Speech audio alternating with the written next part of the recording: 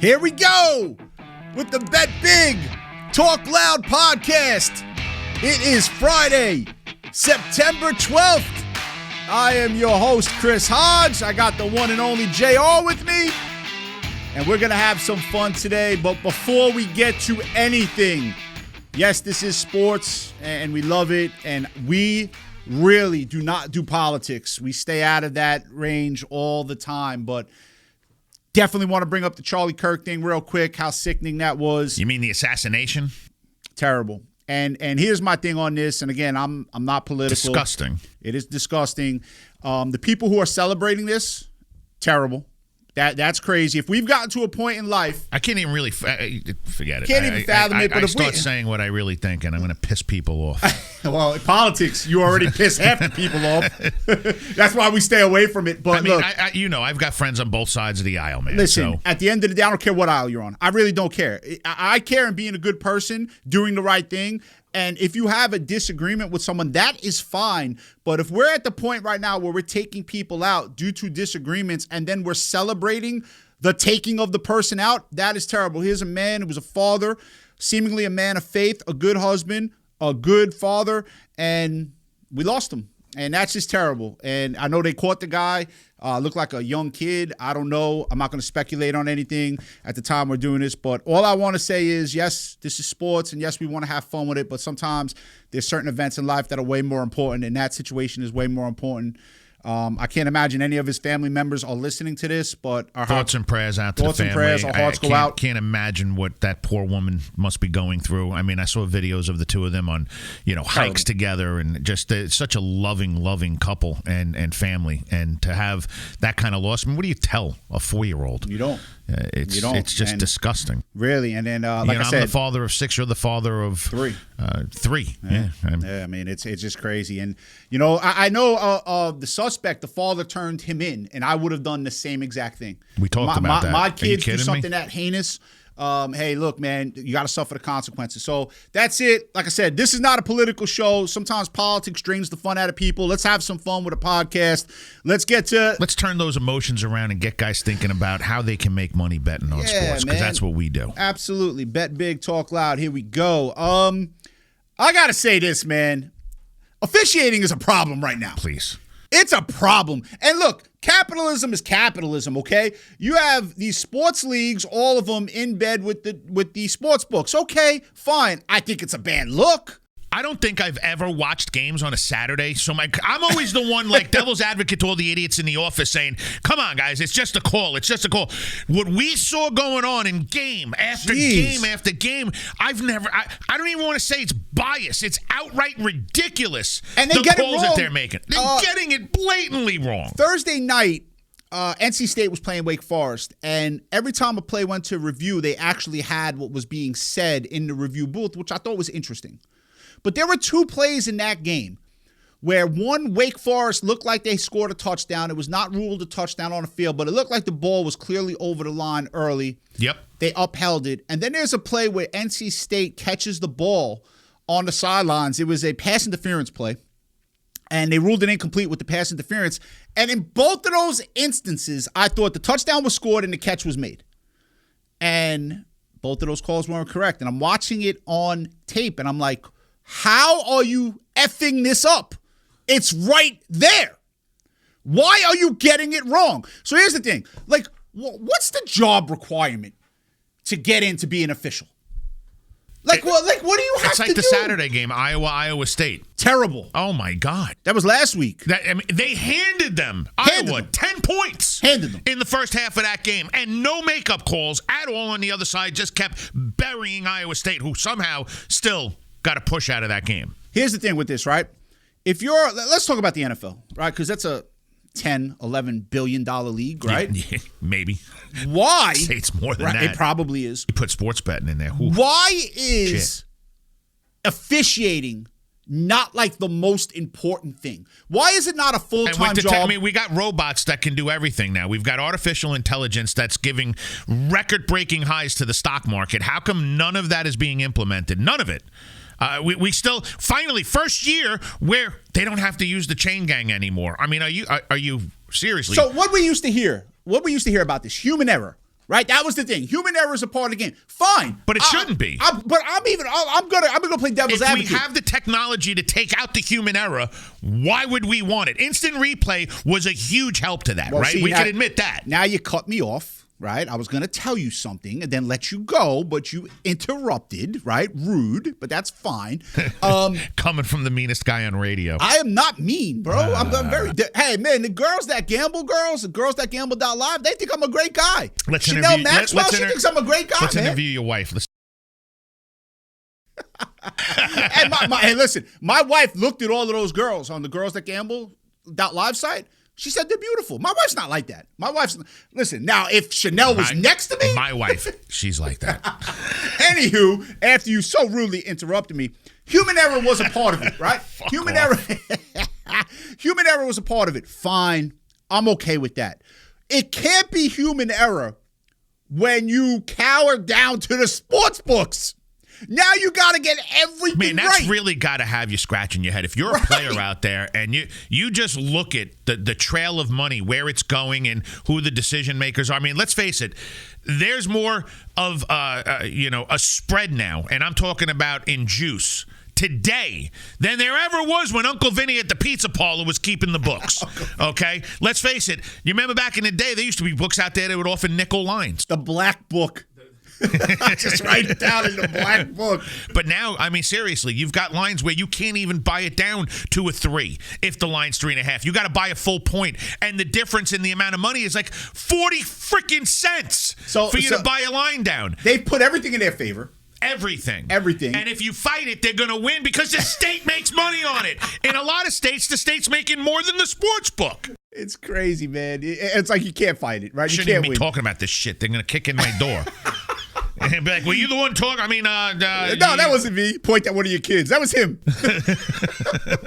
No, but listen, they got to get this officiating thing. I mean, look, we could go every baseball. The guys calling balls and strikes. How do we not have a machine calling balls and strikes? I don't fucking get it. I don't. I don't understand it either, man. And they're so bad at it. They're so bad at it. And my father was an umpire for 30 years, okay? 30 years, this man. And he's telling me, oh, no, it wouldn't be baseball unless you had an umpire calling your ball and strike. Oh, you mean they might get it right? Is that they what might they get might it do, right, Dad? Right, Dad. They might get it right. Is that really a problem? Well, listen, if you're going to sell your soul to the sports books, and again, capitalism, that's fine. You better get every call in a game right.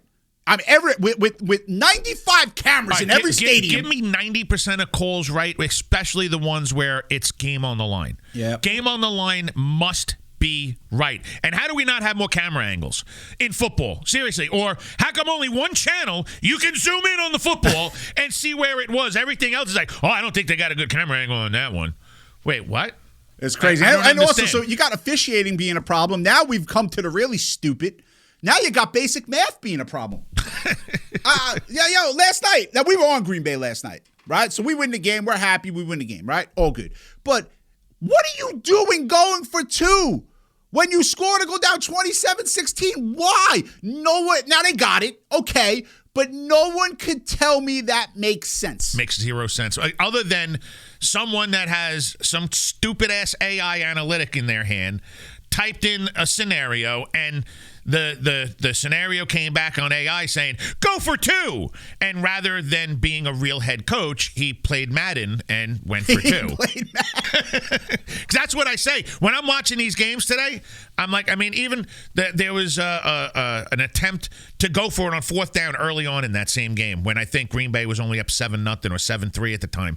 And they go for it on 4th down on the 30, maybe it was a 31, 32. It was a 48, 49-yard field goal. How do you not add to your lead there? What are we talking about here? 25 years ago, you would have been fucking fired the next day if you go for it there on 4th down and ridiculed like you're the dumbest guy in the league. And now all we do is, oh, this guy's a genius. Holy shit. This guy's really done his homework. He knows his analytics. And listen, please, in terms of what we do for sports wagering, I'm cool with the analytics. I like it. I think it helps. Well, that's where it makes sense. You know what analytics are good at? Math. Right. Go figure that one out.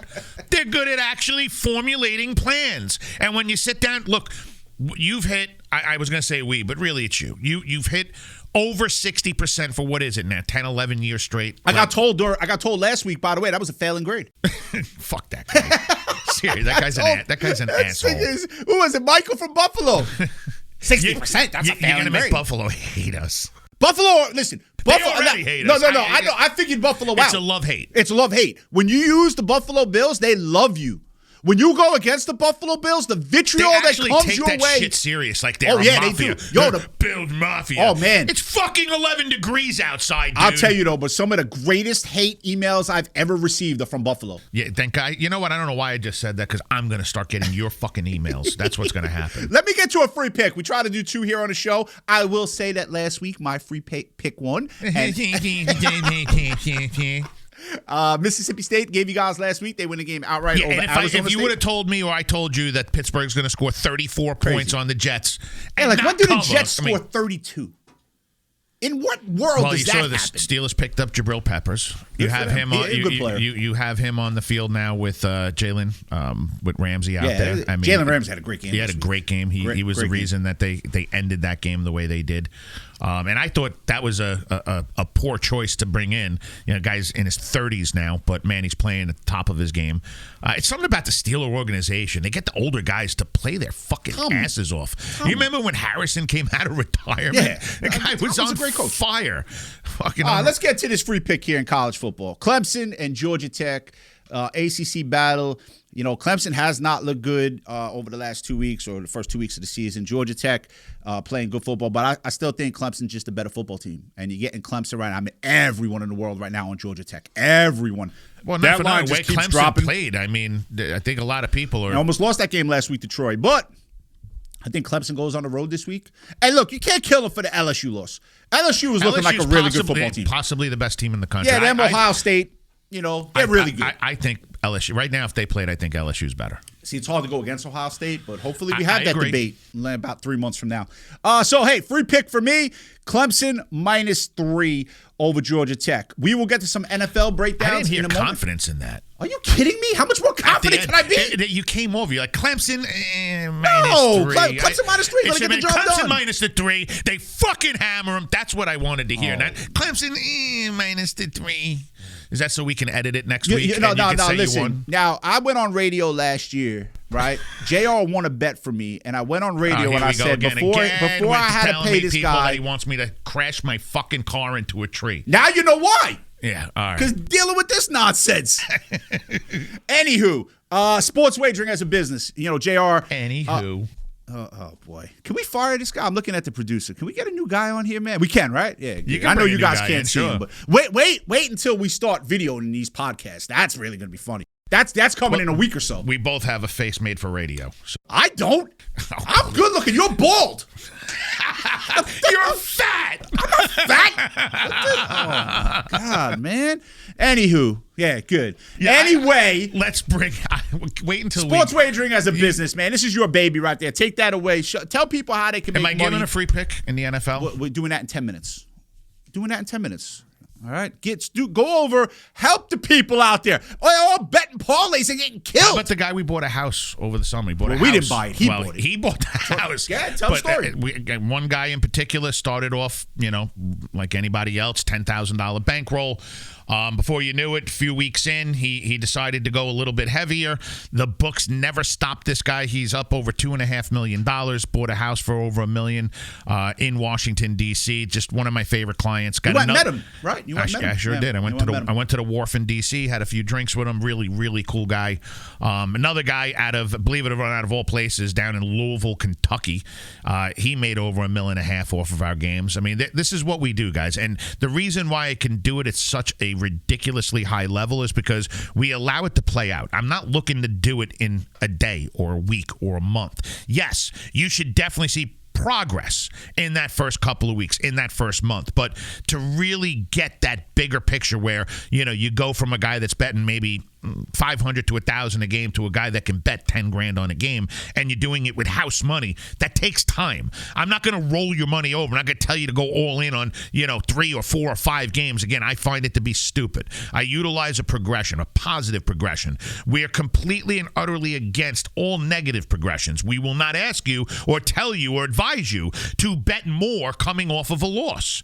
In fact, 2 net losses, I normally have at least a 25, if not 33% 1% what we call stop loss, I guess, where we lower the bet. And then when we're winning, every 3 net wins, we're adding, whether, again, it's 20, 30, or 50, or even 100% to our bet coming off of 2 or 3 or 5 net wins. And all of that changes. All those formulas are different depending on the bankroll, depending on the individual, depending on the sport, and the multitude of games that we're going to be betting. So I don't like to bet a ton of games. My clients all know this. If you're into betting a select group of games that are hitting at a phenomenal percentage, I mean, I can't sit here and guarantee, right, what we're going to do in the future. No, we don't guarantee anything. But sports gambling is a risk. I can say historically, our top plays have hit absurd percentages. I mean, last year, 65 point what percent was it in college basketball that we put out? 65.3. Do you have any idea, guys? That was top plays in college basketball. That's what I use. That's all my clients get are the top plays. So we're very serious about what we do, and I've got the formula, believe me, through 30 years of trial and error, and as an ex-fiduciary who ran a brokerage back in the late 90s into the early 2000s, I understand money management. I understand being able to protect on the way down and take advantage on the way up, and that is the name of the game. And look, we're not telling you to invest tons and tons of money. You don't want to go and whack into your 401k to do this. This should be money that you're capable of losing. Of course, we don't want to ever lose, okay? But capable of it. It's going to have no effect on your life, and let's turn it into something huge. That's what I do. So to get involved with us, you can call the number 888-9-WIN-NOW. That's 888-994-6669. I'm going to repeat that number really slow because a lot of people seem to think I speak too fast. I hear that. 888. Like an auctioneer. Now you see you cut me off while I'm doing the 888-994-6669. We are takingvegas.com. We have that website as well if you're a smaller player. And we've been doing Sports Investors Daily for 20 years now. I know, JR, you've been on radio longer than 20 years. I started way back in 2006. So we must be doing something right. I say that on Sports Investors Daily. I was the first one to do a 1-hour radio show based on sports betting, and that couldn't have had worse timing, unfortunately. It was the week of 9/11 in 2001. Yeah, that's pretty bad timing. But we had contracts with the stations. Yeah. We stuck and they don't it out. care about the contract. They don't care. God, they just want their money. Here we're not going to go there. I want to keep the stations we got. Let me get to 24 years later, we're kicking ass. Let me get to the girls that gamble.live. Let me tell you, they're doing a great job. They went 6-2 last week. Brandy Roderick, 2001 Playboy Playmate of the Year.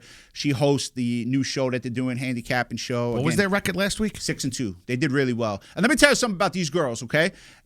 They are educated in terms of sports. Like, they know what they're doing. You listen to them speak. There's guys out there that they will talk under a table. That's how good they are. Chanel Maxwell, this girl, great personality. She's doing a great job. All of these girls, Jessica Hall, great over there. So here's the one-stop shop, right? You get your gambling. Do they do a lot of college? They do everything. Yeah, they do everything. Girlsthatgamble.live. They also have some rather nice-looking pictures. I have not seen them. No. I don't ask for them. Right? I have my wife, been with my wife for 27 years, very happy. And as long as I keep it like that, my wife will be like, yo, those girls are great. But yeah, very pretty girls, very great personalities, very bubbly and good at what they do. So you can make some money with them. You could see some very pretty girls in other ways. You know what's really funny about this is I know you never take on sponsors, but somehow Girls That Gamble were able to get in. I think it's fantastic. Chanel is a nice girl, man. Chanel's a really nice lady. She is pretty. I mean, yeah, she's really nice. pretty and a very nice lady. Very nice girl. I've never met her. Chanel, what's up? I hope you're doing well out there. And, Brandy, Jessica, I know you guys are doing a great job. So girlsthatgamble.live, go check that out. NFL stuff at the Thursday night game last night. Green Bay got it done. We were on that game. Mr. Producer's going to kill me. I just banged the tape. Yeah, it happens. What are you looking at this week, JR? There's some interesting games. You're going to tell me I'm walking into a trap. But, I mean, this is about as easy as let me predict it. You and I haven't spoke about this. Let me predict it. Here's the trap. This should be as easy as it gets. Baltimore should kill Cleveland. I was going to say that one originally. They kill Cleveland? But then I'm like, wait a second. They just double digit a night game against a tough opponent in Buffalo, where they thought they had it, and then they did. And Cleveland overplayed last week, even though they lost, but they overplayed. But no, I really believe, first off, the Rams probably played some of the best football that I saw in week number 1. Stafford looked fantastic, looked like a well-oiled machine. We're being told, of course, with his back issues and spasms, that he was going to come out and be a box of fucking donuts. He wasn't. Guy looked great. Loss of Cooper Kupp, no big deal there at all. You got Puka Nacua. Their defense played well. Their defense was fantastic. Played really it was well. Absolutely all over. Because the Texans are going to be a good football team. They're going to be a good football team. I agree. I feel like they didn't play up to what they should have last year. There could be some coaching issues there that we're not seeing. That's the only thing I can think is maybe. I think he's a good coach over there. I thought he was great 2 years ago, but all of a sudden last year, I know that they had some issues and with injury, but still, I expected more. C.J. Stroud did not play like C.J. Stroud, put it that way. What I expected to see out of him. So you're with the Rams minus the 5.5? I'm with the Rams minus the 5.5. I think that it's an absolute obliteration. Listen, Cam Ward's going to be a good quarterback in this league. At least it looked like it in week number 1. I heard a stat also that he's the only kid to come off the Miami Hurricanes that has a starting job in the NFL. Yeah, that probably from makes that sense. draft, which is insane. That just goes to show you how good he was compared to the rest of the team. But just Tennessee's a bad team. They're rebuilding there. They need too many more pieces. They've got a decent running back, but still. I just don't think they're going to be able to run the football. They're going to rely too much on Cam Ward's arm. There's going to be mistakes. There's going to be turnovers. And L.A. strikes, man. They get a ball on turnover. They make points out of it. And they're well coached. Extremely well coached. So I don't expect them to win by 7. I expect them to blow them out of the entire fucking arena. Well, hey, listen, 5.5. There you go. There's confidence. I didn't say that with Clemson. And they're going to blow them out of the fucking arena. I like it. Clemson for me, -3. JR, Rams, -5.5. We got about 4 minutes left here. Let's talk about the game everyone's going to watch. I'm really not. We're in both markets, right? So I'm not trying to piss anyone off because the Philadelphia people, they're just as crazy as the Buffalo people. But hey, by the way, good job by Philadelphia. We're not going to say their nicknames, right? But good job by Philadelphia sweeping the miserable Mets because my wife's a Mets fan. I can't stand it. I'm a Yankees fan. My wife's a Mets fan. Whenever the Phillies beat up on the Mets, that's a happy day in my household. How did they go and get swept? Because they're the Mets. When they have to win. They're the Mets. They had to win. The Mets. It wasn't even like How about the Mets last night? Had to. Because we're doing this on Friday. This happened on Thursday night. The Mets score 4 runs in the first inning on 5 hits and don't get another base runner the rest of the game. 25 up, 25 down. So good job by Philly. But now, hey, Super Bowl rematch. Eagles and the Chiefs. Now, look, just looking at it from the outside, like before we've done any research, like what's changed? I mean, nothing. What's changed from the Super Bowl? And you know, I'm a big Mahomie, right? I've been a big Mahomie for years. I think this guy's possibly an argument for the GOAT versus Tom Brady. Okay, and you know, I hate Tom Brady, but he's the greatest of all fucking time, unfortunately, and he played on a team. What Tom Brady ever do to you? Oh, fuck him. Okay, wow. But not gonna argue. Greatest of all time. Can't let your emotion get into this, Greatest of all time. You heard it, okay? Nonetheless, you're going against, a beast in Mahomes, but he can't do it all himself. Kelsey is too old. He's too worried about I keep stopping myself from saying mean things. He's going to go home and have fun with his wife, or soon-to-be wife. That's all I'll say. No other players are going to do that. And that's all he's thinking about. Wife, mistress. That's all he's thinking about while he's on the field. He's just not playing the same football. Too many injuries. Did he get older? Rice is out. Pacheco's not running the football well. The Eagles are doing everything right. They still got Saquon Barkley. They've got A.J. Brown. They've got Jalen Hurts. They've got a defense that smashes. I don't see how this is a game. And you know it rips my heart out. I fucking hate the Eagles. But they are the better team. Everyone out there is going to be taking the Chiefs. Chiefs, you're getting points. Well, they haven't gone 0-2 since 2014. But so here's the thing. Team. I'm gonna sound arrogant right now. Okay, we got just about a minute left here. I'm gonna sound arrogant. The reason why I'm so good at this, the reason why I'm so good at picking games, because I have no soul when it comes to it. Now, that sounds really arrogant. I am not a fan of any team other than the Yankees. And if I think the Yankees are going to lose, I go against them. Because money is money. Is more important than the Yankees. The Yankees are the only team in sports I root for. I've had customers call up and accuse me. This is true, all right? Accuse me of being the devil. I've had customers call up and say that. Did you sell your soul to the devil? I've had customers say that. So, with that being said, you got my free pick, Clemson. If you want more information, give us a call at 888-994-6669. You could also visit takenvegas.com. Don't forget, about girlsthatgamble.live. They're doing a great job over there. We are going to be doing video podcast very shortly, but this is the Bet Big, Talk Loud podcast for JR. I'm Chris Hodge. Friday, guys, hope you have a great weekend, and we'll catch you back next week on Bet Big, Talk Loud. Let's go make some money, boys.